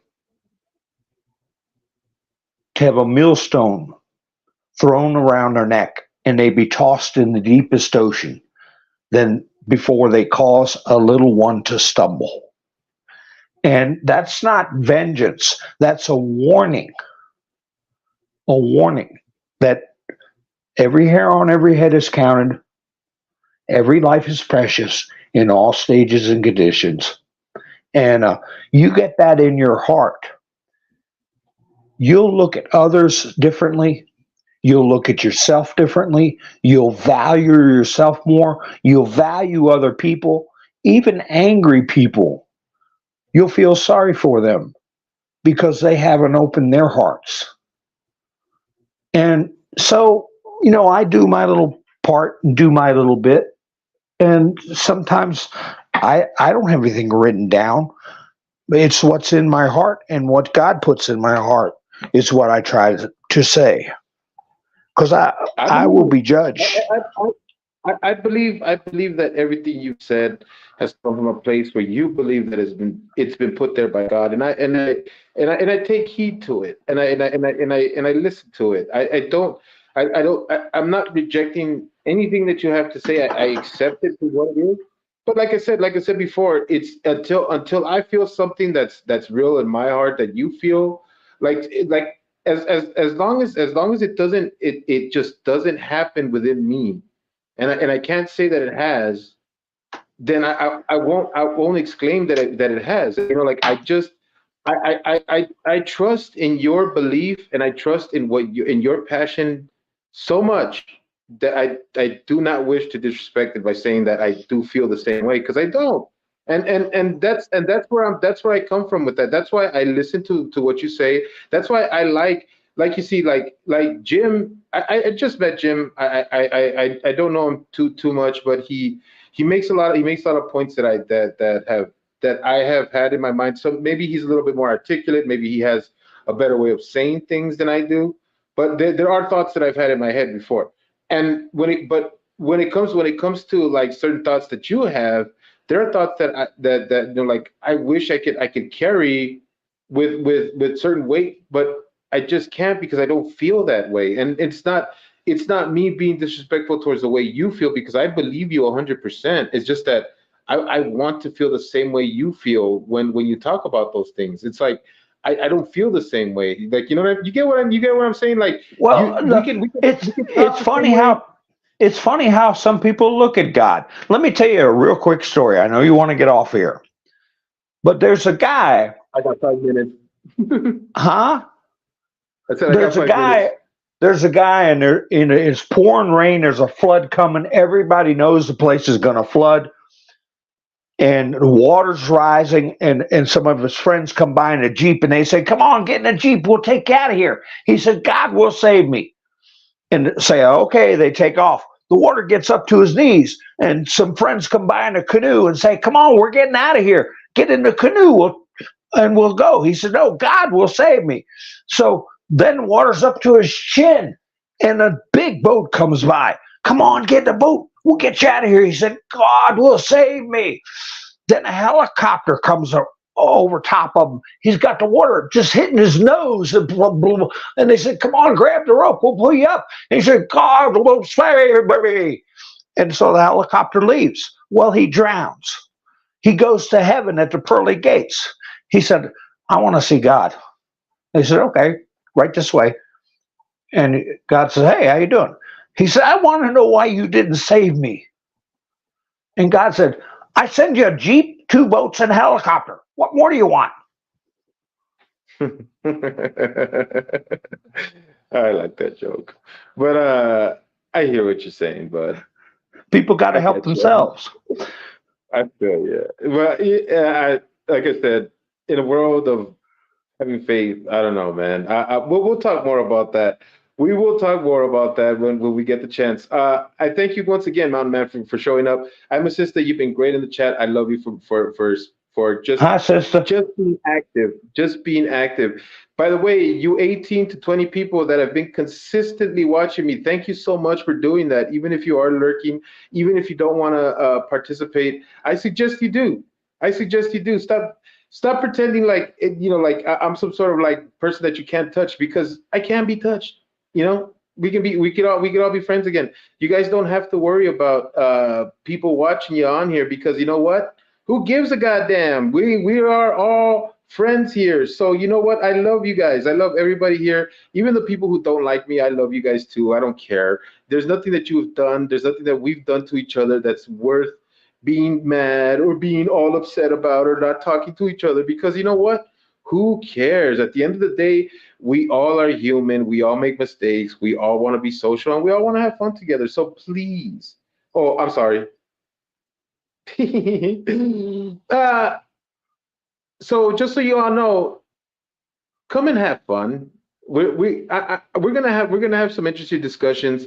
We're gonna have some interesting debates. We're gonna have interesting talk here. It's not just gonna be drama. It's gonna be fun, and I hope you guys are willing to participate. Don't be scared. To my mods who I know you guys are out there. I love you guys. Nick Addicts, Lupe, uh, Caro, all of you guys. I love you guys. Come back. It's okay. You guys can come back. You guys can be who you are, and there's no worry. We're all friends here. Okay. All right, guys. So this is gonna be the end of it. The tight two. I'm still up to it. Look at that. I'm about to hit the tight two. And so for that, I say thank you, Mountain Man. Thank you, Jim, for Thank you. coming up, and I'll see you guys in the next one. Bye-bye. Are we out? Are we out?